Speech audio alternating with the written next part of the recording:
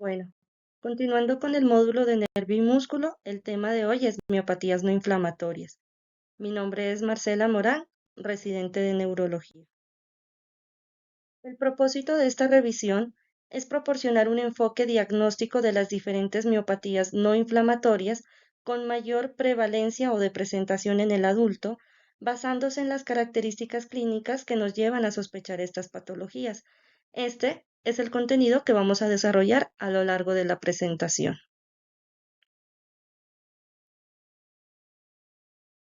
A manera de introducción, tenemos que saber que los trastornos miopáticos son un subgrupo de enfermedades neuromusculares que afectan a las fibras musculares esqueléticas, valga la redundancia, ya sea porque afectan el canal, la estructura o el metabolismo del músculo esquelético.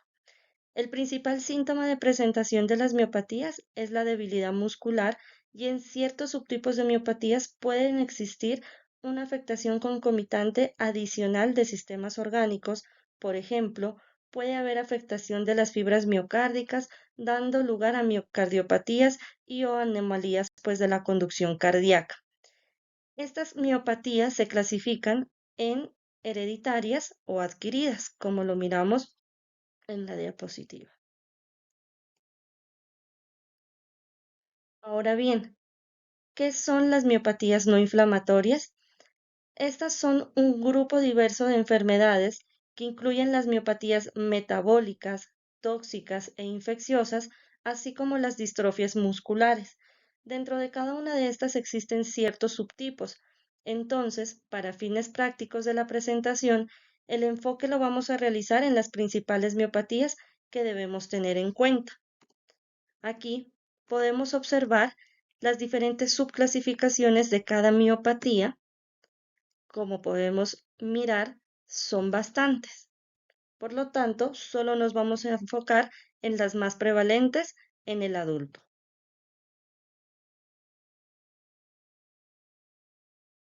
Vamos a hacer un breve repaso de la anatomía y función del músculo esquelético. Entonces, ya sabemos que el músculo esquelético está formado por fascículos musculares que a su vez están compuestos por fibras musculares. Importante aquí recalcar que tenemos unas fibras musculares tipo 1 y unas fibras musculares tipo 2. Las fibras musculares tipo 1 utilizan predominantemente el metabolismo oxidativo, por lo que tienen una menor susceptibilidad a la fatiga y les permite un tiempo de contracción más prolongado. Esto es importante para el ejercicio de resistencia y para el mantenimiento de una postura estable durante periodos prolongados. Son ricas en mioglobina y tienen abundancia de mitocondrias y enzimas oxidativas. Las fibras musculares tipo 2, por el contrario, utilizan el metabolismo anaerobio, lo que les permite un tiempo de contracción corto con descargas rápidas de energía. Tienen menos mitocondrias, mioglobina y enzimas oxidativas que las fibras tipo 1, sin embargo, contienen muchas enzimas glucolíticas para la respiración anaerobia. Las fibras musculares tipo 2 son más susceptibles a la fatiga en comparación con las fibras tipo 1. Ahora bien, las fibras musculares están compuestas por miofibrillas. Cada miofibrilla está conformada por aproximadamente 1.500 filamentos de miosina y 3.000 filamentos de actina adyacentes entre sí, organizadas en estructuras contráctiles repetitivas denominadas sarcómeros. Dentro del sarcoplasma de la fibra muscular se encuentran grandes cantidades de potasio, de magnesio y fosfato, múltiples enzimas proteicas, mitocondrias que están dispuestas paralelas a las miofibrillas y proporcionan grandes cantidades de energía en forma de ATP. También se encuentra el retículo sarcoplásmico, que es muy importante para regular el almacenamiento, la liberación y la recaptación de calcio y por lo tanto para controlar la contracción muscular. Después de una fracción de segundo, los iones calcio son bombeados de nuevo hacia el retículo sarcoplásmico por una bomba de calcio de la membrana y permanecen almacenados en el retículo hasta que llega un nuevo potencial de acción muscular. Esta retirada de los iones de calcio desde las miofibrillas hace que cese la contracción muscular. Teniendo en cuenta esta visión general de la anatomía y fisiología del músculo, vamos a iniciar a hablar de las miopatías no inflamatorias, iniciando con las miopatías metabólicas. Las miopatías metabólicas son un grupo heterogéneo de enfermedades definidas por la incapacidad del músculo esquelético para producir o mantener niveles adecuados de ATP, ya sea para la contracción o relajación muscular.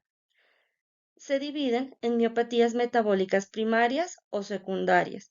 Las miopatías metabólicas primarias se producen por alteración de las enzimas implicadas en el metabolismo de los hidratos de carbono, fundamentalmente en la degradación del glucógeno o la glucosa y en el metabolismo de los lípidos. Cuando la alteración reside en la cadena respiratoria mitocondrial, que es la vía final común del metabolismo oxidativo, se denominan miopatías mitocondriales. Por otro lado, las miopatías metabólicas secundarias surgen de diversas anomalías endocrinas o electrolíticas, estados carenciales y otros cuadros que pueden afectar el metabolismo muscular. Aunque sus manifestaciones pueden ser muy variables dependiendo de la edad de inicio, de factores ambientales, pueden agruparse clínicamente en tres grandes grupos de manifestaciones clínicas. Los síntomas permanentes, que se refiere a la debilidad muscular progresiva, los síntomas episódicos o de disfunción muscular intermitente, es decir, la intolerancia al ejercicio, mialgias o mioglobinuria, y los síntomas mixtos, en donde coexisten ambos tipos de síntomas, tanto permanentes como episódicos. Y esto varía en función de la alteración que afecte el metabolismo energético muscular. La comprensión del metabolismo energético del músculo es esencial para el diagnóstico y tratamiento de las miopatías metabólicas. Tanto la contracción como la relajación muscular depende principalmente de la energía derivada de la hidrólisis del ATP. Las reservas de ATP en la célula muscular generalmente son pequeñas, por lo tanto, la célula muscular dispone de tres mecanismos para sintetizar ATP. La primera fuente de energía es la sustancia fosfocreatina. La concentración celular de fosfocreatina es de 3 a 5 veces superior a la de ATP. Lo que hace es donar el ion fosfato al ADP para reconstituir el ATP. Esta acción es catalizada por la enzima creatinquinasa o también llamada creatinfosfoquinasa, con la formación subsecuente de creatina.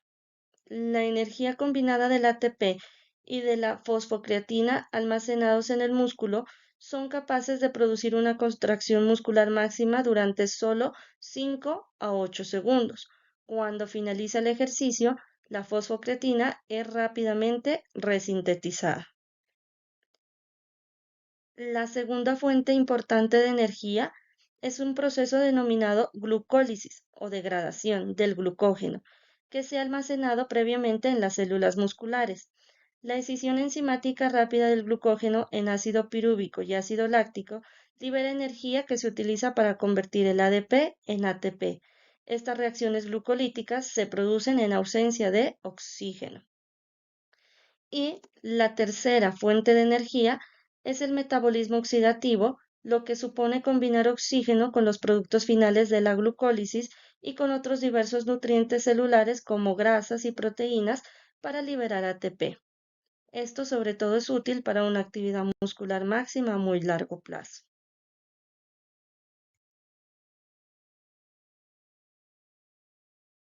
El músculo decide qué tipo de sistema metabólico utilizar en función de diversos factores, entre los que se destacan la intensidad y la duración del ejercicio. Sin embargo, cabe aclarar que no es que haya un solo sistema metabólico dependiendo de la actividad muscular. Más bien, lo que ocurre en condiciones fisiológicas es que existe un metabolismo mixto en el que predomina un sistema en función de las circunstancias. Durante el reposo y sobre todo durante el ayuno, el músculo utiliza los ácidos grasos como sustrato fundamental para generar energía. Durante el ejercicio, la proporción de energía derivada de los hidratos de carbono y lípidos depende de su duración e intensidad y del estado físico de la persona. Entonces, en los ejercicios de corta duración y de alta intensidad, la energía procede de reservas de fosfágenos intramusculares, es decir, del ATP y de la fosfocreatina. En los ejercicios de máxima intensidad, entre los 60 y 180 segundos, por ejemplo, el ejercicio intenso que implica una contracción isométrica sostenida, como levantar un objeto pesado, lo cual pues limita el flujo sanguíneo y el suministro de oxígeno a los músculos que se ejercitan, lo que provoca el metabolismo principalmente anaeróbico. Y el sistema aeróbico es el principal sistema en ejercicios de larga duración donde se utilizan los hidratos de carbono, grasas y proteínas como fuente de energía. ¿Por qué es importante conocer esto? Porque nos permite hacer un enfoque hacia la posible etiología del tipo de miopatía que tiene el paciente.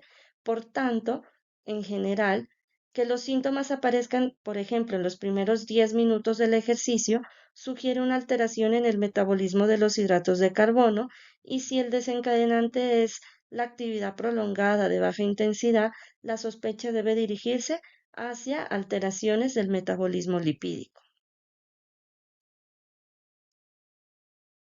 Bueno, vamos a iniciar con los trastornos del metabolismo del glucógeno.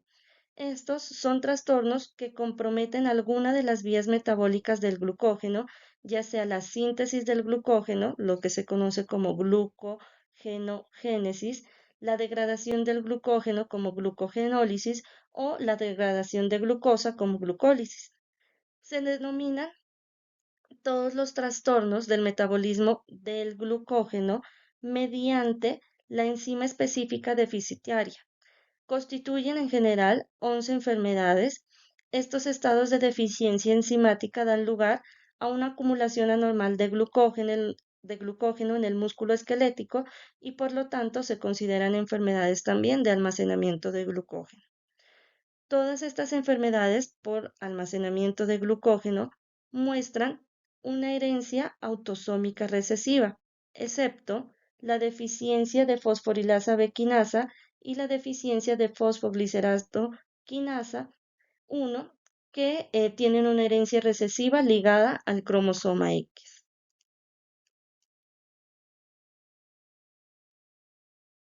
Estos trastornos del metabolismo del glucógeno presentan una variabilidad fenotípica y heterogeneidad genética y pueden presentarse como dos síndromes clínicos que pueden ser episódicos con intolerancia al ejercicio, calambres, mialgias y mioglobinuria recurrentes o síndromes fijos como hipotonía y debilidad muscular.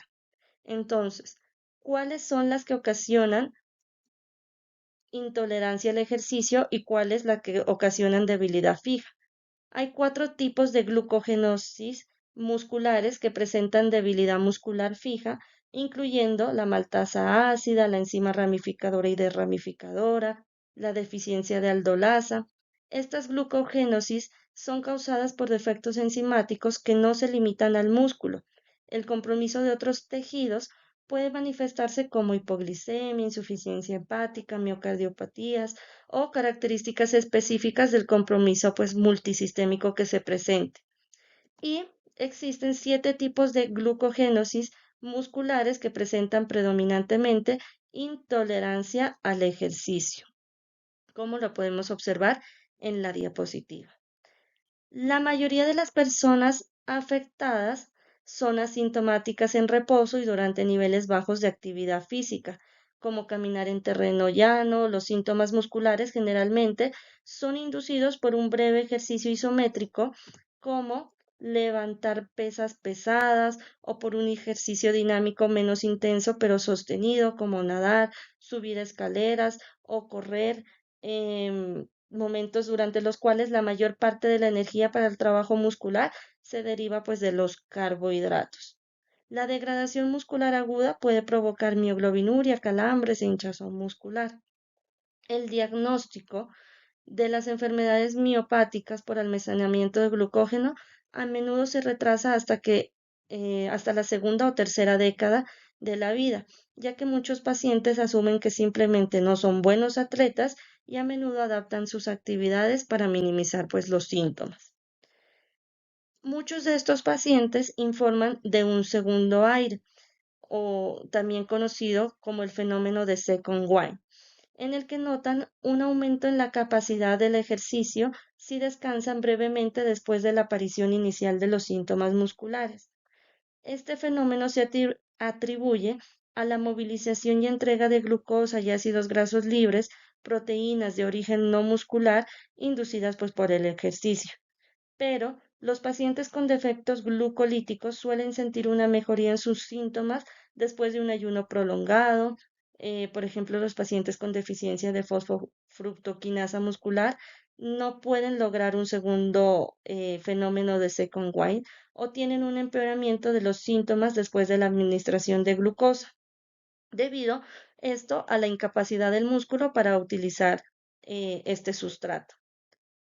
Dentro de las más frecuentes encontramos el déficit de maltasa ácida o enfermedad de Pompe y el déficit de miofosforilasa o enfermedad de McArdle. Entonces, vamos a iniciar con la enfermedad de McArdle. Esta es la miopatía metabólica pura más frecuente, con una incidencia estimada de 1 en 100.000. Es un trastorno hereditario autosómico recesivo debido a más de 100 mutaciones diferentes del gen PYGM ubicado en el cromosoma 11q13.1 que codifica la miofosforilasa. Esta enzima miofosforilasa es responsable del inicio de la degradación del glucógeno para obtener glucosa y con ello energía. Se inicia generalmente en edad escolar o adolescencia. Puede manifestarse por intolerancia al ejercicio, como cansancio, fatigabilidad, mialgias, calambres, debilidad, sensibilidad a la palpación muscular con relación pues al ejercicio. Algunos pacientes, hasta el 25% de ellos, pueden incluso desarrollar debilidad fija por daño muscular permanente, sobre todo esto a partir de los 40 años, que predominará en los músculos de la cintura escapular. Alrededor del 50% de los pacientes pueden presentar mioglobinuria y esta mioglobina, como se excreta en la orina, puede causar pues también daño renal que puede estar relacionado pues con estos pacientes. El fenómeno del second wind parece pues también ser patognomónico de esta entidad. En cuanto a la enfermedad de Pompe, esta es causada por déficit de la alfa-glucosidasa, de esta enzima que cataliza la hidrólisis del glucógeno, lo que lleva a la acumulación del glucógeno en los tejidos, especialmente en el músculo esquelético, corazón e hígado. En función a la actividad residual de la enzima, puede producirse un cuadro clínico de presentación con afectación sistémica y muerte temprana, donde va a haber afectación cardíaca, hepática, muscular y del sistema nervioso central, cuando pues la actividad enzimática es nula, o bien no presentar síntomas hasta después del año de vida en los casos donde existe cierto grado de actividad enzimática residual. Este último caso incluye formas de presentación infantil, juvenil y adulta, como lo podemos observar en la gráfica. En cuanto a la enfermedad de Pompe del adulto, esta se caracteriza por debilidad muscular lentamente progresiva, de aparición alrededor de la segunda o tercera década de la vida, con afectación fundamentalmente de la musculatura axial y proximal de las extremidades, afectación precoz de la musculatura respiratoria y generalmente sin afectación cardíaca. En cuanto al diagnóstico de los trastornos del metabolismo del glucógeno, una vez tenemos la sospecha clínica, los pacientes que aquejan debilidad, mialgias durante el ejercicio anaeróbico, por ejemplo, entonces, ¿cómo vamos a hacer el diagnóstico de estos pacientes? Tenemos, en primer lugar, la prueba del diagnóstico clásica, que es la prueba isquémica del antebrazo, ahora prueba de ejercicio del antebrazo, con una sensibilidad del 99%. Esta, em, una respuesta normal, es una respuesta normal, es un aumento tanto del lactato como del amoníaco superior a 3 veces el valor inicial. La mayoría de los defectos glucolíticos y glucogenolíticos raramente mostrarán un aumento del lactato marcadamente atenuado y un aumento de amoníaco acentuado. En cuanto a los laboratorios, lo que podemos encontrar es concentraciones de CK que pueden estar elevadas en diversos grados dependiendo del nivel de actividad. Podemos encontrar hiperuricemia miógena precipitando gota en aproximadamente el 25% de los pacientes. Si la historia es muy sospechosa de un defecto glucolítico o glucogenolítico, el médico tratante a menudo procede directamente a pruebas genéticas. Y en cuanto a la biopsia, el estudio histológico, podemos encontrar depósitos subsarcolemales de glucógeno, que es la normalidad pues histológica característica de la glucogénosis musculares, pero varían en extensión y a veces son evidentes solo con microscopía electrónica. En la deficiencia de maltasa ácida, la microscopía electrónica muestra que los depósitos de glucógeno están unidos a la membrana dentro de los lisosomas. A esta biopsia también podemos solicitarles análisis histoquímicos de las actividades enzimáticas para evaluar su deficiencia. Em, También hay que tener en cuenta, por ejemplo, en el diagnóstico de la deficiencia de maltasa ácida o enfermedad de Pompe, esta puede confirmarse mostrando una actividad deficiente de la alfa-glucosidasa en gotas de sangre seca en papel de filtro. Si es patológica, deberá confirmarse en otro tejido, por ejemplo, linfocítico, fibroblástico o músculo, para descartar pues falsos positivos. Se considera patológico valores de actividad de la enzima por debajo del 30%.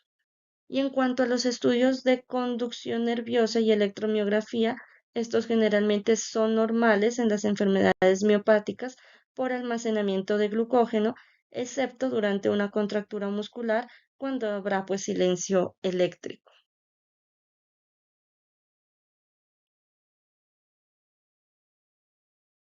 Y ya en cuanto al tratamiento, muchos de los pacientes con trastorno del metabolismo del glucógeno modifican sus actividades de estilo de vida para mitigar los síntomas, incluso décadas antes de que se realiza un diagnóstico pues definitivo.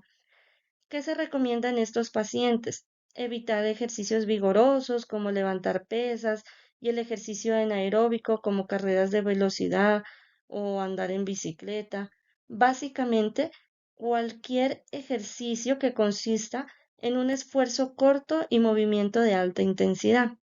También se pueden recomendar ejercicios supervisados de baja intensidad durante 5 a 10 minutos antes de hacer un ejercicio más moderado. Esto con el fin de fomentar el fenómeno del second wind y con ello pues disminuir los síntomas. En cuanto al consumo de carbohidratos que contienen glucosa, incluida la sacarosa que se compone de fructosa y glucosa, poco antes del ejercicio, esto puede evitar los defectos metabólicos glucogenolíticos y mejorar la tolerancia al ejercicio. Sin embargo, hay que tener en cuenta, como ya lo había mencionado antes, en los pacientes con defectos glucolíticos, estos toleran mejor el ejercicio en ayunas y les va peor con la alimentación con carbohidratos. También se puede recomendar dietas ricas en proteínas que pueden aumentar la disponibilidad de combustibles alternativos. Sin embargo, los suplementos de aminoácidos de cadena ramificada, como es la leucina, isoleucina, la valina, no han mostrado beneficios en cortes pues, de estudios muy pequeños. El monohidrato de creatina en dosis bajas, aproximadamente 0,1 gramo kilogramo día, ha mostrado pues mejoras bioenergéticas en cuanto a la enfermedad de McArdle. La piridoxina de 50 miligramos día ha sido beneficiosa para mutaciones nulas de fosforilasa, teniendo en cuenta que esta es esencial para que funcione esta enzima y con ello se desarrolle la glucogenólisis. En el 2006, la FDA también aprobó la alfa-glucosidasa para el tratamiento de la enfermedad de Pompe a una dosis de 20 miligramos kilogramo de peso de forma IV cada 14 días. En las formas del adulto, el tratamiento ha demostrado estabilizar la función pulmonar y pues prolongar la supervivencia de estos pacientes.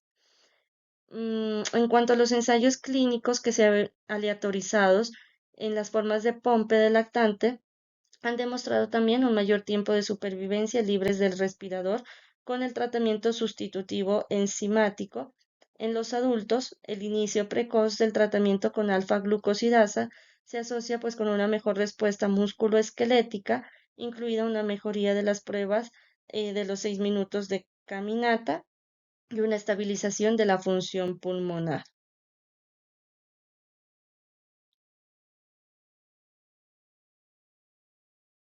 Bueno, ahora vamos a continuar con los trastornos del metabolismo de los lípidos.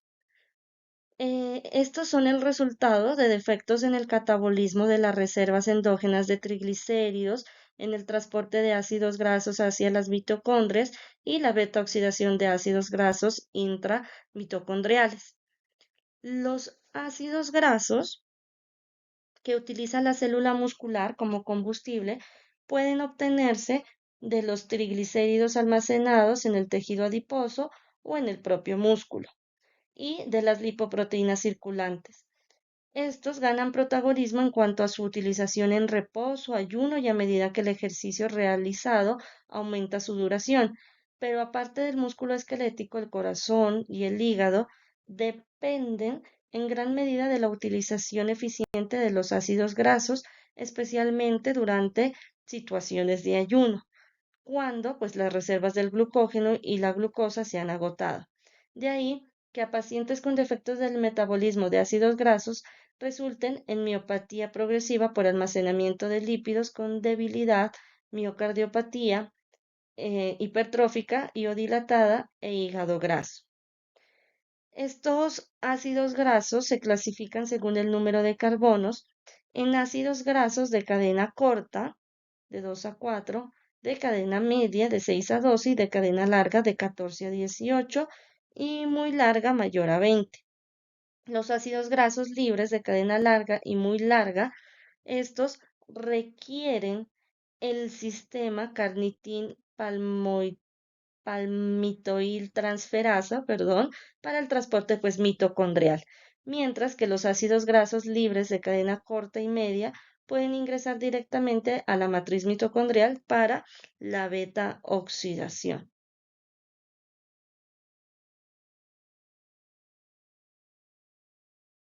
Entonces, pueden producirse dos formas clínicas de enfermedad muscular: la debilidad muscular progresiva o episodios recurrentes de mioglobinuria. En la primera forma son miopatías de almacenamiento de lípidos que incluyen deficiencia primaria de carnitina, la deficiencia múltiple de acil-CoA deshidrogenasa, la miopatía con deficiencia secundaria de CQ10 y varias formas de enfermedades de almacenamiento de lípidos neutros. En la segunda forma, que es la de episodios recurrentes de mioglobinuria, se ha evidenciado histopatológicamente un aumento de almacenamiento de lípidos, la cual es mínima o generalmente inexistente. Estos trastornos incluyen defectos en el transporte de ácidos grasos mitocondriales y la beta oxidación, como deficiencia del sistema carnitin palmitoil transferasa, la sil-CoA deshidrogenasa de cadena muy larga y la proteína trifuncional mitocondrial. Las presentaciones clínicas pueden caracterizarse por cuadros con síntomas restringidos al músculo esquelético o asociados a síntomas multisistémicos como cardiomiopatías progresivas, encefalopatías recurrentes, hipoglicemias no cetóxicas, crisis epilépticas, entre otros.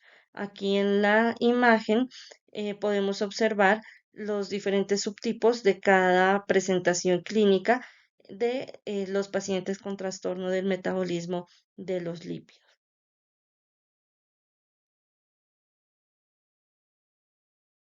La mioglobinuria recurrente Es una característica de ciertos defectos en el transporte de ácidos grasos mitocondriales y la beta oxidación.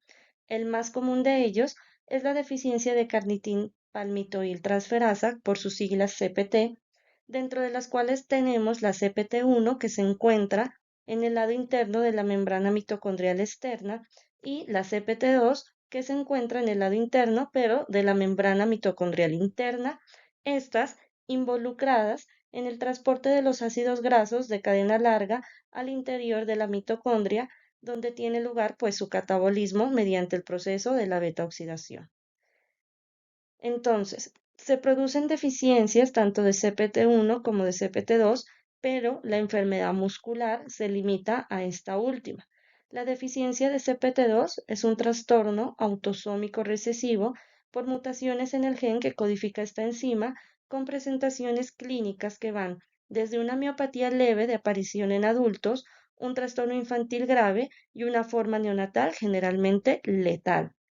La característica clínica principal de la deficiencia de CPT2 es la mioglobinuria paroxística, generalmente precipitada por el ejercicio prolongado y con menor frecuencia por el ayuno, la infección o la exposición al frío. A diferencia de los trastornos del metabolismo de los hidratos de carbono, estos pacientes toleran ejercicios breves de alta intensidad. El dolor de sus músculos se desarrolla durante el ejercicio y luego persiste durante varios días y no se producen verdaderos calambres. En cuanto al diagnóstico, las concentraciones séricas de CK suelen, así como la electromiografía, suelen ser normales, excepto durante la rabdomiólisis. Las pruebas de ejercicio en antebrazo son normales. Se puede pedir los estudios genéticos para la secuenciación del gen de CPT2 cuando haya pues la sospecha clínica y en última instancia pues se puede solicitar la biopsia muscular. En cuanto al tratamiento, no existe un tratamiento específico y se recomienda evitar el ayuno prolongado, suplementar la dieta con ácidos grasos de cadena corta que no requieran el transportador para entrar en la mitocondria y realizar una dieta rica en hidratos de carbono como una segunda fuente de energía. Para aquellos pacientes con déficit primario de carnitina, se sugiere un tratamiento con suplemento de L-carnitina de 2 a 4 gramos día en niños 100 miligramos kilogramo día.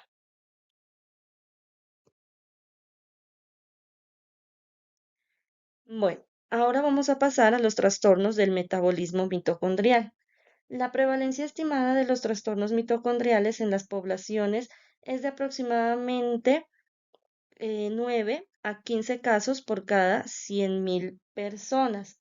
Es probable que la prevalencia real esté subestimada, ya que los trastornos mitocondriales a menudo no se diagnostican debido a la complejidad diagnóstica de la misma. Son causadas por mutaciones en genes mitocondriales o nucleares que codifican proteínas relacionadas con el metabolismo oxidativo mitocondrial, lo que va a dar como resultado la incapacidad de las mitocondrias para satisfacer la demanda de energía celular. La miopatía es una manifestación común de los trastornos mitocondriales porque los músculos esqueléticos tienen una demanda de energía celular alta y constante. Sin embargo, las personas con miopatías metabólicas mitocondriales a menudo también presentan disfunción en otros sistemas orgánicos y es relativamente raro que se presente una miopatía mitocondrial aislada. Los sistemas corporales, que dependen en gran medida del metabolismo oxidativo, como los músculos, están dentro de estos el corazón, el sistema nervioso, los riñones y los órganos endocrinos que suelen manifestar patologías con mayor frecuencia cuando hay estas alteraciones en el metabolismo mitocondrial. Las miopatías mitocondriales pueden ser causadas por mutaciones en el ADN mitocondrial que se heredan a través de la transmisión materna, afectan exclusivamente a la cadena respiratoria y representan aproximadamente la mitad de las enfermedades mitocondriales en adultos. mientras que los trastornos de ADN nuclear tienen patrones de herencia mendelianos, generalmente autosómicos recesivos, pueden afectar una variedad de funciones mitocondriales y representan aproximadamente el 80% de las enfermedades mitocondriales, pero en los niños. La sospecha clínica debe plantearse en todo paciente con asociación inexplicada de signos y síntomas y o compromiso de más de dos o tres sistemas, siendo algunas presentaciones de mayor especificidad. La afectación muscular con intolerancia al ejercicio está presente en la mayoría de las enfermedades mitocondriales. Los síntomas musculares a menudo se agravan con el ayuno o la presencia de una infección. Puede haber debilidad leve de la musculatura proximal de las extremidades. La musculatura de la cintura de la cadera se ve afectada principalmente, lo que provoca generalmente una marcha de pato y dificulta pues para subir escaleras. Por lo general, los pacientes pueden reanudar su actividad después de un breve descanso, pero los síntomas luego reaparecen. A diferencia de las pacientes con glucogenosis, los calambres inducidos por el ejercicio o la mioglobinuria son raros. Las formas más frecuentes de presentación de las enfermedades mitocondriales con compromiso muscular predominante son los que encontramos aquí en las tablas que les voy a mostrar a continuación: la deficiencia del citocromo C oxidasa o COX, la oftalmoplegia externa crónica progresiva, el síndrome de Kearns-Zaire por deficiencia de coenzima Q10 y un cuadro asociado de lesiones múltiples del ADN mitocondrial. Por nombrar algunas, entonces tenemos la oftalmoplegia externo crónica progresiva, que esta se caracteriza por tener una herencia materna autosómica dominante, autosómica recesiva y mitocondrial. La edad de aparición es entre los 20 a 40 años de edad. Se caracterizan por ptosis, oftalmoplegia, pérdida auditiva, debilidad muscular leve, disfagias, cataratas, y su pronóstico es generalmente lentamente progresivo. Otro síndrome que es frecuente de este trastorno del metabolismo mitocondrial está la encefalomiopatía con acidosis láctica y episodios similares a un ACV, o por sus siglas denominado MELAS, el cual tiene una edad de aparición desde la infancia a los 40 años generalmente. Se caracteriza por episodios similares a ACV, pero hay que tener en cuenta que no se ajustan pues a territorios vasculares. Diversos grados de deterioro cognitivo, demencia, epilepsia, pérdida de la audición, debilidad muscular y baja estatura. El pronóstico pues va a depender del nivel de afectación de órgano. Otro síndrome es el síndrome de Kearns-Zaire, el cual se presenta generalmente, su edad de aparición es desde la infancia y en menores de 20 años. Se caracteriza por oftalmoplegia externa progresiva, retinopatía pigmentaria, pérdida auditiva neurosensorial, bloqueo de la conducción cardíaca, ataxia cerebelosa, y su pronóstico pues es un trastorno progresivo. Este va a depender el pronóstico del nivel pues de afectación pues de órgano. Aquí encontramos otros síndromes que son frecuentes encontrarlos en el trastorno del metabolismo mitocondrial, como es la epilepsia mioclónica con fibras rojas irregulares. Su edad de aparición es en la infancia y menores de 30 años. Sus síntomas clínicos claves son los mioclonus, epilepsia, ataxia, miopatía, la atrofia óptica, sordera, neuropatía periférica, miocardiopatías con síndrome de Wolff-Parkinson-White, y entre otros, pues que ahí los podemos observar, como son el déficit primario de la coenzima Q10, la deficiencia de TK2 y el síndrome infantil reversible de cadena respiratoria, miopatía pues por deficiencia de esta cadena. El algoritmo diagnóstico de las miopatías mitocondriales es el que encontramos a continuación. Entonces, en este nos dice que debemos siempre evaluar la historia familiar de nuestro paciente. Si nuestro paciente presenta síntomas de miopatía y además está asociada con la afectación de otros sistemas. Debemos observar si podemos reconocer algún síndrome que sea característico de este trastorno del metabolismo mitocondrial, como lo evaluamos anteriormente. Si no es reconocible, eh, lo que procede a realizar es un estudio genético en estos pacientes para poder identificar cuál es el trastorno que está ocurriendo en nuestro paciente y en última instancia, si este es negativo, llegar hasta la biopsia muscular.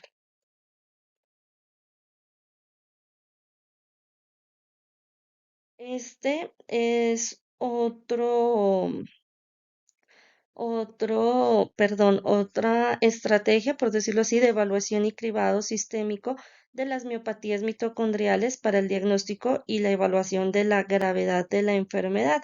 Entonces nos dice ahí que a todo paciente pues se le debe solicitar pues unos exámenes séricos básicos, posteriormente solicitar los paneles genéticos, las secuenciaciones genéticas. En caso de estas ser negativas, pues se puede proceder a la biopsia muscular. Y en cuanto, como lo observamos anteriormente, estos pacientes generalmente están asociados con afectación de otros sistemas, por lo tanto, pues aquí también nos recomiendan hacer el cribado o el screening para detectar alguna alteración de estos, por ejemplo, en el sistema nervioso central, ya sea con resonancias, a nivel endocrino con función tiroidea, hemoglobina glicosilada, a nivel renal con la proteinuria, la función renal, BUN, creatinina. Entonces, para cada órgano, pues como los exámenes que podemos solicitar para poder evaluar si existe alguna alteración. En cuanto al tratamiento, los objetivos clínicos del manejo de un paciente con miopatía mitocondrial son evaluar y detectar las comorbilidades, mitigar los síntomas y minimizar o ralentizar la progresión de la enfermedad. El manejo de un paciente con miopatía mitocondrial requiere un enfoque multidisciplinario. Se debe considerar la posibilidad de realizar pruebas periódicas y regulares para detectar la afectación sistémica. Esto puede variar según el genotipo identificado en las pruebas genéticas y existen correlaciones genotipo-fenotipo conocidas. Se ha demostrado además que el ejercicio o el entrenamiento con ejercicios de resistencia es seguro y efectivo para mejorar varias métricas clínicas de condición física y mejorar la calidad de vida en pacientes con miopatías mitocondriales primarias.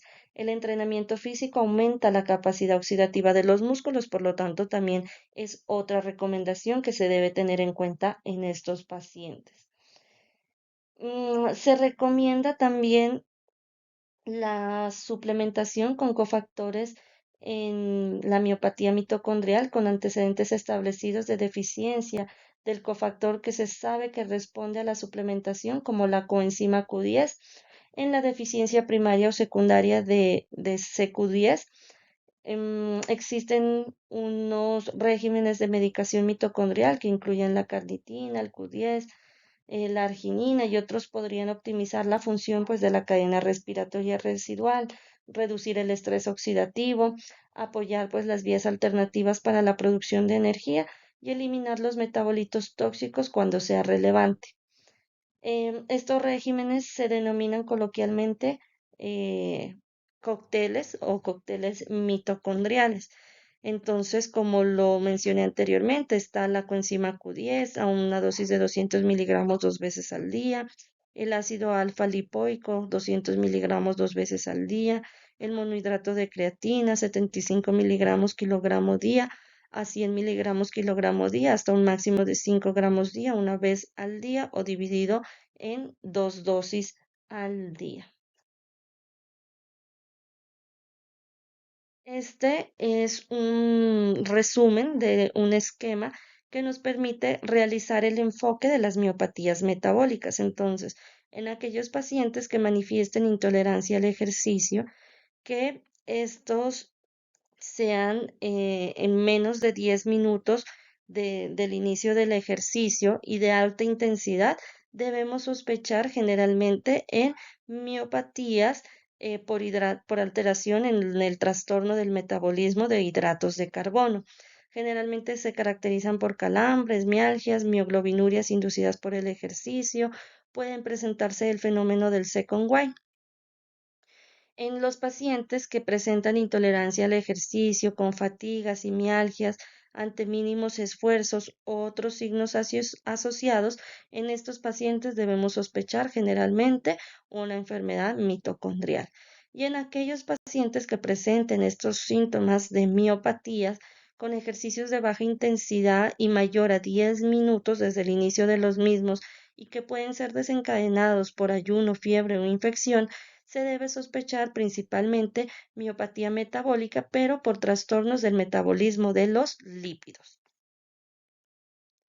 Aquí en estos cuadros podemos encontrar un resumen de las enfermedades metabólicas que cursan con intolerancia al ejercicio y las miopatías metabólicas que cursan con debilidad fija. Esta pues se los dejo como para que lo puedan revisar con más detalle. Bueno, ahora vamos a hablar de las miopatías tóxicas. Entonces, dentro de las miopatías tóxicas, encontramos que una miopatía inducida por fármacos se define como la manifestación de síntomas miopáticos que ocurren en pacientes sin enfermedad muscular previa cuando se exponen a ciertos medicamentos o drogas recreativas y mejoran o resuelven los síntomas una vez que se suspende el fármaco ofensivo. Ocasionalmente, los pacientes pueden presentar una elevación aislada del nivel de creatinquinasa sin síntomas. Esta tiene una prevalencia estimada de mayor de 2.000 por cada 100.000 personas y estas miopatías tóxicas son la causa más común de miopatía adquirida. Esta miotoxicidad puede verse afectada o potenciada por varios factores, incluida la susceptibilidad individual, las condiciones fisiopatológicas, el medio ambiente y la biodisponibilidad de los agentes miotóxicos. La miopatía inducida por fármacos puede ser el resultado de varios mecanismos diferentes, como son la miotoxicidad directa, la miotoxicidad mediada por el sistema inmune y el daño muscular directo. Las manifestaciones musculares son muy variables y van desde una simple mialgia hasta la rhabdomiólisis. En los casos leves se puede encontrar incidentalmente que los pacientes tienen niveles elevados de CK sin síntomas musculares asociados. Entonces vamos a iniciar con la miopatía inducida por corticosteroides. Con el aumento del uso de los glucocorticoides para tratar pues varias afecciones médicas, los glucocorticoides exógenos se han convertido en la causa más común de miopatía inducida por fármacos. Aunque cualquier glucocorticoide de uso común puede causar miopatía, se la relaciona con mayor frecuencia con las preparaciones de glucocorticoides fluorados, dentro de los cuales encontramos la dexametasona y la betametasona, mientras que los glucocorticoides no fluorados, si bien pueden producir miopatía inducida por estos fármacos, es con menor frecuencia y dentro de estos encontramos la prednisona y la metilprednisolona. En cuanto a los mecanismos por los cuales se presenta o se desarrolla esta miopatía inducida por corticosteroides, encontramos primero el aumento de la degradación de proteínas y la disminución de la síntesis de proteínas, donde la degradación de proteínas va a estar dado por el sistema ubiquitina proteosomas, el sistema lisosomal, el sistema dependiente de calcio o también conocidos como calpaínas, y la disminución de síntesis de proteínas por la inhibición del transporte de aminoácidos y la inhibición de la miogénesis. Otros mecanismos por los cuales pueden inducir esta miopatía es por cambios en la producción de dos factores de crecimiento que controlan la masa muscular, como es el IGF-1 y la miostatina. Y lo otro es provocando la disfunción mitocondrial. Otra propuesta, otra vía propuesta para explicar el desarrollo, sobre todo de la atrofia muscular que aparece en los pacientes con miopatía inducida por estos fármacos, es la de la glutamina sintetasa, en la cual esta es una enzima clave a través de la cual, perdón la redundancia, el músculo consigue obtener la demanda sistémica de aminoácidos de los hidratos de carbono, catabolizando la formación de glutamina a partir del glutamato y del amonio. La glutamina se emplea en la síntesis de glucosa en el hígado o directamente para la obtención de energía. Si el exceso de corticoides circulantes da lugar a una disminución de la síntesis proteica, los valores de glutamina intramuscular se reducen con el consiguiente aumento de la actividad de la glutamina sintetasa en el músculo esquelético, que dará como resultado un intenso proceso de proteólisis, y esto puede explicar la atrofia muscular. Entonces, las manifestaciones clínicas, tenemos una forma aguda y una forma crónica. La forma aguda de miopatía inducida por glucocorticoides ocurre con mayor frecuencia, sobre todo en la unidad de cuidados intensivos. Esta se va a caracterizar por una debilidad rápidamente progresiva, de afectación predominantemente de músculos proximales y distales. La aparición pues es mucho más rápida en presencia de factores de riesgo como bronconeumonía, asma, sepsis, o el reposo prolongado en cama. En cuanto a la miopatía crónica, la debilidad muscular se desarrolla de manera insidiosa, progresa lentamente y generalmente es indolora o levemente dolorosa. La debilidad es principalmente proximal. Los músculos de la cintura pélvica están más gravemente afectados que los brazos, y los músculos y esfínteres inervados por los nervios craneales están intactos. La miopatía crónica puede provocar atrofia muscular que remite solo después de unas semanas o meses de suspender pues la medicación. En algunos casos pueden tener el aspecto cusenoide, como fascis lunar, piel frágil, la almohadilla de grasa supraescapular, y los reflejos tendinosos suelen ser normales. El diagnóstico, pues dentro de estos encontramos que la LDH, la creatinquinasa y la aldosa o aldolasa suelen ser normales. La electromiografía, se observa un patrón miopático en las etapas posteriores, y la biopsia muscular pues puede revelar atrofia. En cuanto al tratamiento, se basa en la reducción de la dosis o incluso la interrupción, si es posible, del tratamiento con corticosteroides, y la preferencia pues por glucocorticoides no fluorados en lugar de los fluorados.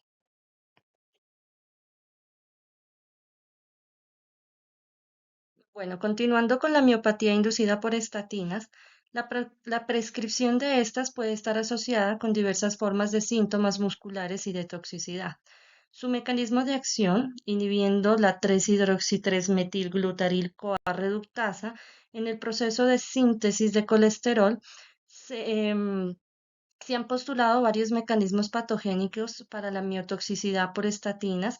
El más destacado es el agotamiento de los metabolitos intermediarios isoprenoides, que son esenciales para la prenilación, un elemento que es fundamental en la modificación lipídica posttranscripcional de proteínas y otros compuestos, por lo que se reduce la acción de las proteínas G encargadas del crecimiento de la célula muscular lisa, la adhesión celular y la activación plaquetaria.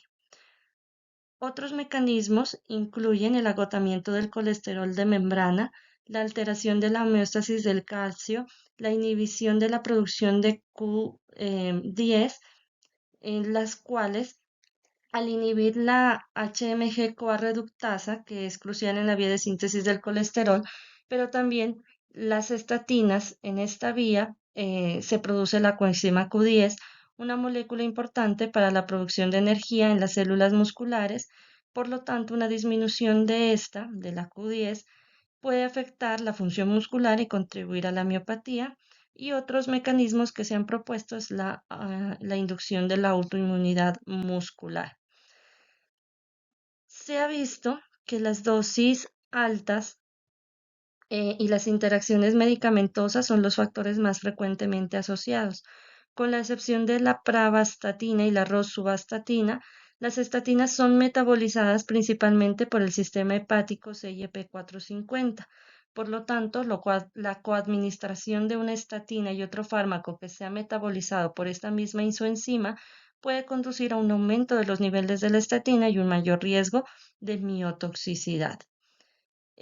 Otros factores, también pues se ha visto que puede haber una gran contribución genética, esto sobre todo en el gen SLCOB1 en el cromosoma 12.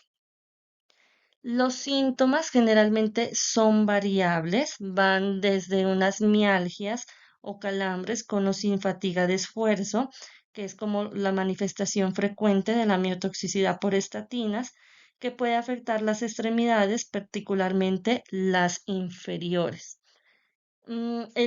Aproximadamente la mitad de todos los casos, el dolor ocurre dentro de los 6 meses posteriores al inicio del manejo con estatinas.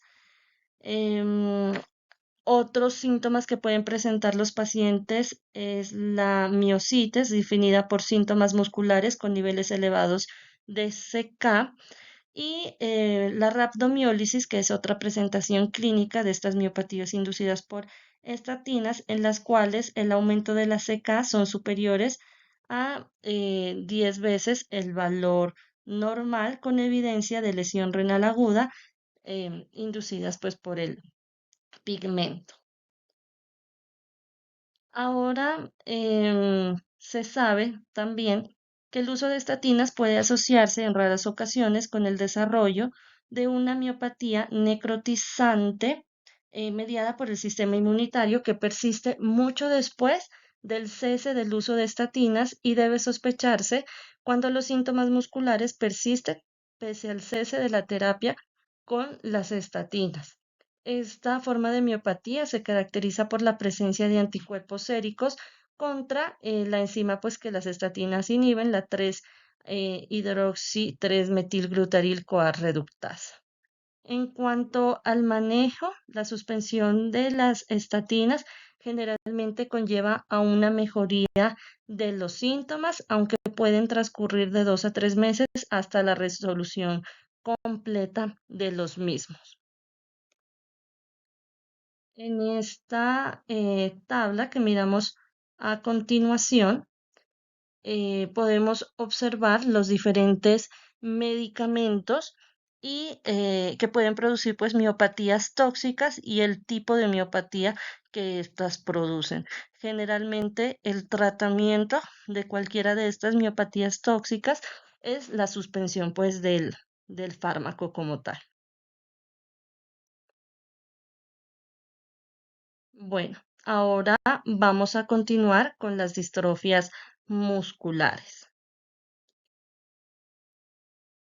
Las distrofias musculares pues comprenden un grupo de trastornos neuromusculares hereditarios caracterizados por debilidad progresiva y debidos a defectos en uno o más de los genes implicados en la estructura y la función normal de la célula muscular.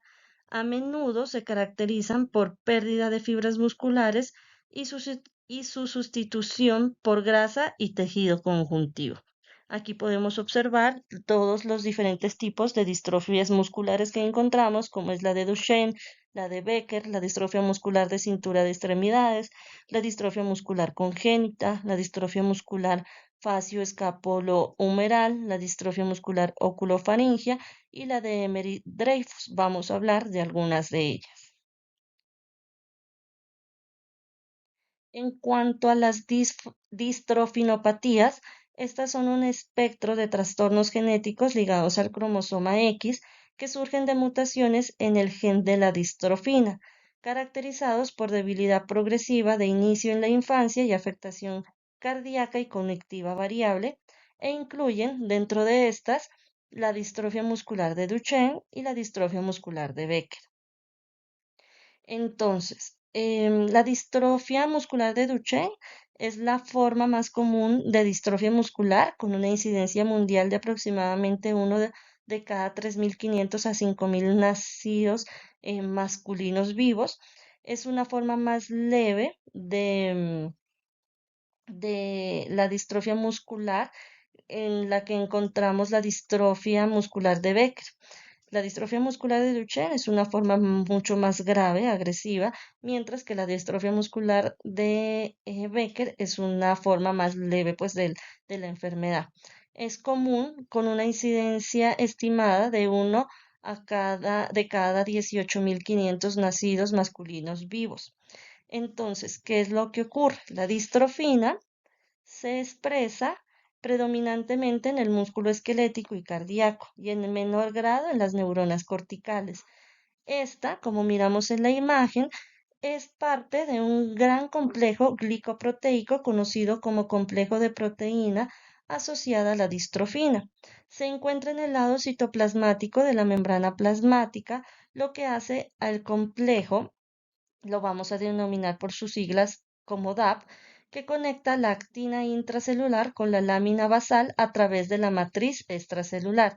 Lo que va a provocar es una estabilización de la membrana durante la contracción muscular. Entonces, la pérdida o ausencia de esta distrofina conduce a la desestabilización del sarcolema, a un aumento de la permeabilidad de la membrana y a un daño celular posterior y degeneración muscular, seguida de fibrosis y generalmente de reemplazo graso. Mm, ¿Cómo se va a producir? Se produce por una pequeña o una gran delección en la pauta de lectura del gen, y eso hace que se produzca gran cambio en la transducción para la fabricación de la proteína. Lo que ocurre es que la mutación origina un codón de stop prematuro que la célula detecta como aberrante y elimina toda la proteína que estaba fabricando. Eso en la distrofia muscular de Duchenne. En cambio, en la distrofia muscular de Becker, lo que ocurre es que la delección impide la fabricación de una gran parte de la proteína normal, fabricando una distrofina más corta. En este caso, no hay cambios en la pauta de lectura, simplemente la proteína se genera, pero mucho más pequeña. Es por eso que la enfermedad de Duchenne es mucho más agresiva y de presentación más temprana que la distrofia muscular de Becker. En esta gráfica podemos observar un diferencial entre la distrofia muscular de Duchenne y la distrofia muscular de Becker. Entonces, ¿qué encontramos? Encontramos que la distrofia muscular de Duchenne generalmente es en cuanto a la gravedad y la evolución, es inexorablemente más progresiva, tiene una función motora reducida hacia los 2 a 3 años, el deterioro estable de la fuerza muscular y el deterioro pues en cuanto a la esperanza de vida. Por el contrario, la distrofia muscular de Becker es lentamente progresiva, el inicio y la gravedad se correlacionan con la concentración de distrofina muscular. En cuanto al estado de la deambulación, en la distrofia muscular de Duchenne encontramos una pérdida de la marcha hacia los 7 a 13 años cuando no tienen tratamiento y una pérdida de la marcha hacia los 9 a 15 años con corticosteroides, mientras que la distrofia muscular de Becker generalmente la pérdida de la marcha es mayor a los 16 años. En cuanto a la debilidad muscular, en los dos es similar, tanto es predominantemente proximal que distal, generalmente simétrica y afecta a extremidades superiores e inferiores. En cuanto a la afectación cardíaca, la distrofia muscular de Duchenne presenta generalmente una miocardiopatía dilatada en la primera segunda década y presenta un inicio de los signos en la segunda década generalmente, mientras que en la distrofia muscular de Becker se presenta una miocardiopatía que puede aparecer antes de la debilidad y es muy frecuente en la tercera a cuarta década de la vida. En cuanto al sistema nervioso central, generalmente la capacidad cognitiva está reducida, así como la capacidad verbal en la distrofia muscular de Duchenne, mientras que la distrofia muscular de Becker, algunos pacientes tienen una capacidad cognitiva reducida. El tamaño muscular en ambos, tanto en la distrofia muscular de Duchenne como en la de Becker, suele haber hipertrofia de pantorrillas. Esto por nombrar pues algunas características como similitudes, como diferencias de ambas patologías. En cuanto al diagnóstico de las distrofinopatías, ¿cuándo debemos sospechar una distrofinopatía en nuestro paciente? Lo debemos sospechar cuando haya evidencia de retraso en los hitos motores en un niño pequeño con antecedentes familiares positivos para una distrofia muscular, cuando no hay antecedentes familiares de distrofia muscular en un niño que no camina entre los 16 y 18 meses, o la presencia de un signo de Gower que camina en puntillas, o la hipertrofia de pantorrillas nos debe hacer sospechar esta patología, o cuando haya un aumento inexplicable de las transaminasas. Se debe pues sospechar.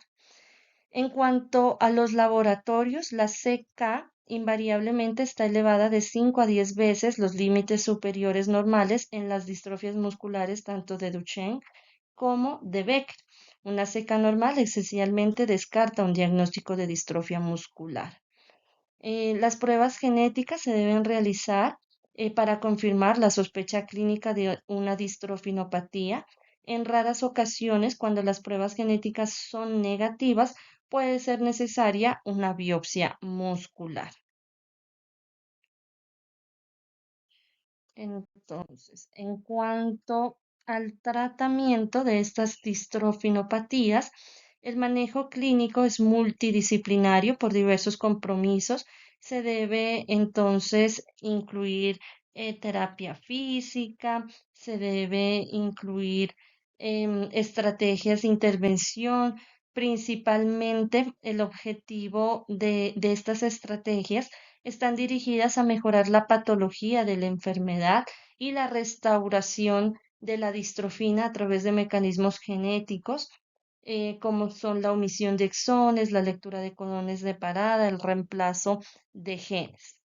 Entonces, en cuanto a los corticosteroides, desde los años 90 los glucocorticoides han sido el único tratamiento farmacológico para modificar la enfermedad de la distrofia muscular. Estos tienen como diana el factor nuclear kappa beta, que interviene en las vías de la inflamación y está activado crónicamente en estos pacientes con distrofinopatía. Em, Estos lo que van a hacer es disminuir la expresión de microARN, mejorando la expresión de la distrofina y modificando la progresión de la enfermedad. Deben iniciarse antes de que haya un deterioro físico sustancial. Tienen un perfil de efectos secundarios considerables, con osteoporosis, aumento de peso, endocrinopatías, cataratas, retraso de crecimiento. Dentro de los glucocorticoides, por lo general se prefiere el deflaxacor porque puede ofrecer un perfil de efectos secundarios más favorable que la prednisona en cuanto al aumento de peso y el impacto en el comportamiento. Aquí podemos observar unos corticosteroides con sus respectivas dosis a las cuales podemos administrar en estos pacientes con distrofinopatías. Y en cuanto a las terapias génicas, entonces aquí encontramos diferentes, como es la omisión de exones, dentro de los cuales están el, dentro de los cuales están el eteplirsen, el golodirsen, vitolarsen, los que producen una lectura del codón de terminación prematura, como el ataluren, y transgenes de microdistrofina administrados por vectores de virus adenoasociados, como el de la tiristrogene moseparvovec. Bueno. Entonces, otra es la distrofia muscular de Emery-Dreifuss. Este es un trastorno genéticamente heterogéneo con formas recesivas ligadas al cromosoma X, autosómicas dominantes y autosómicas recesivas.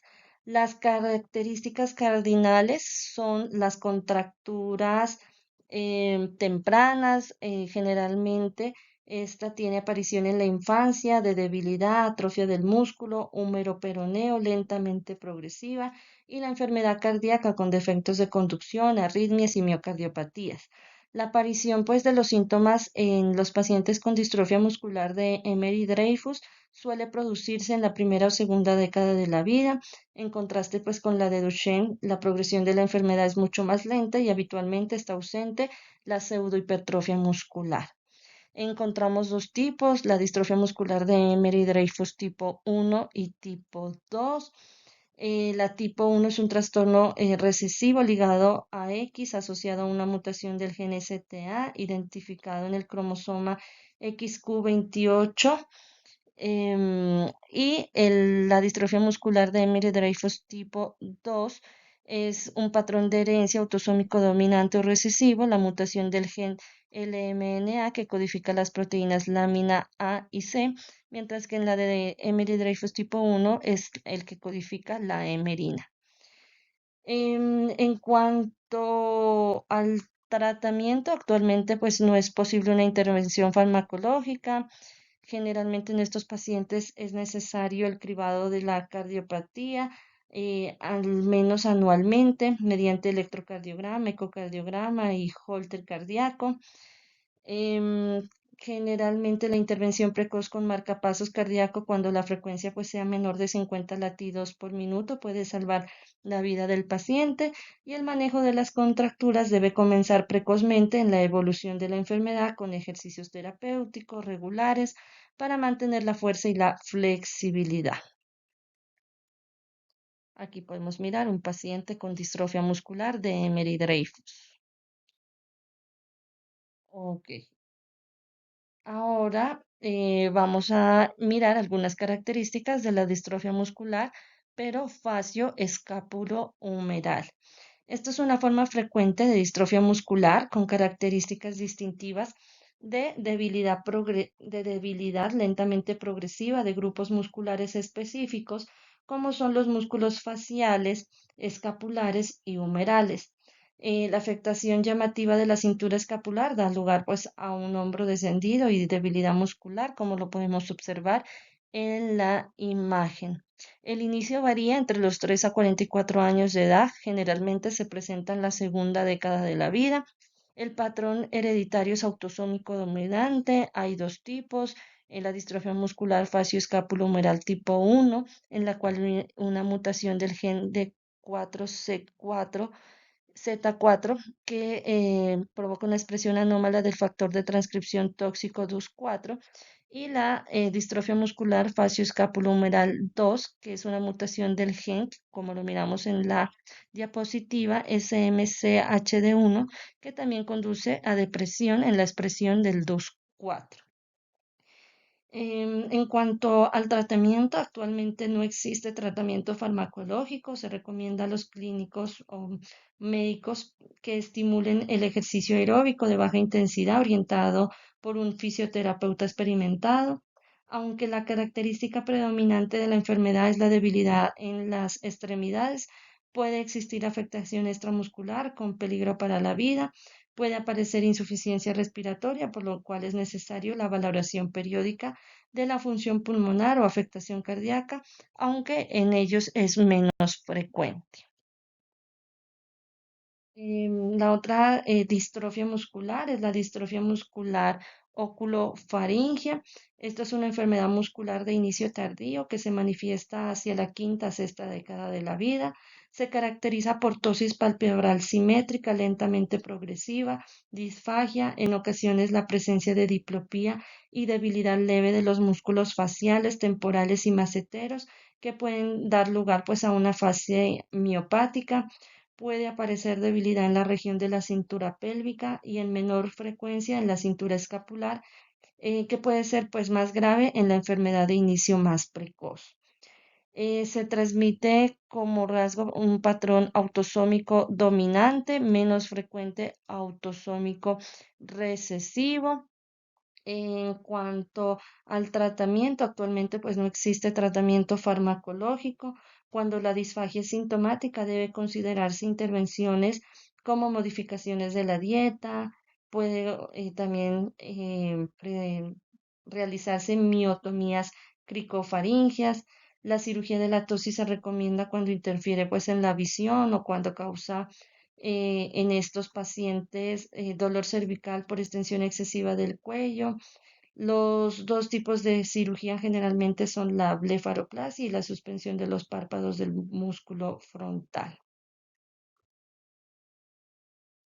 La otra distrofia es la distrofia muscular de la cintura de las extremidades. Esta se caracteriza o hace referencia pues a un grupo amplio y cada vez más heterogéneo de trastornos genéticos que pueden clasificarse como autosómico dominantes o tipo 1 o autosómicos recesivos o tipo 2. La debilidad simétrica afecta la musculatura de la cintura pélvica y o escapular. Dependiendo del genotipo específico, se pueden observar diversos grados de progresión de la enfermedad, hallazgos musculares y extramusculares como afectación cardíaca, respiratoria y cognitiva. Tampoco hay un tratamiento específico para este grupo de distrofias musculares de la cintura de las extremidades. Existen varios subtipos, como podemos mirar aquí en las imágenes. El diagnóstico, pues principalmente de todos estos trastornos de las distrofias musculares es genético. En esta gráfica podemos observar las diferentes características de las diferentes distrofias musculares para que lo tengamos también en cuenta. Este es un algoritmo que nos permite como hacer un enfoque de los pacientes con miopatías para poder dilucidar si nuestro paciente está presentando una miopatía inflamatoria, no inflamatoria, una distrofia muscular. Entonces puede ser de gran utilidad para nosotros. En cuanto a las conclusiones, pues las miopatías no inflamatorias son un grupo diverso de enfermedades que pueden presentarse con debilidad muscular o dolor y por lo tanto deben tenerse en cuenta en el diagnóstico diferencial. Una evaluación dirigida utilizando los enfoques clínicos de laboratorio y genéticos debería pues permitirnos la diferenciación de la mayoría de las miopatías no inflamatorias. Eso es todo por hoy. Muchas gracias. Espero que sigan atentos a nuestro canal de YouTube.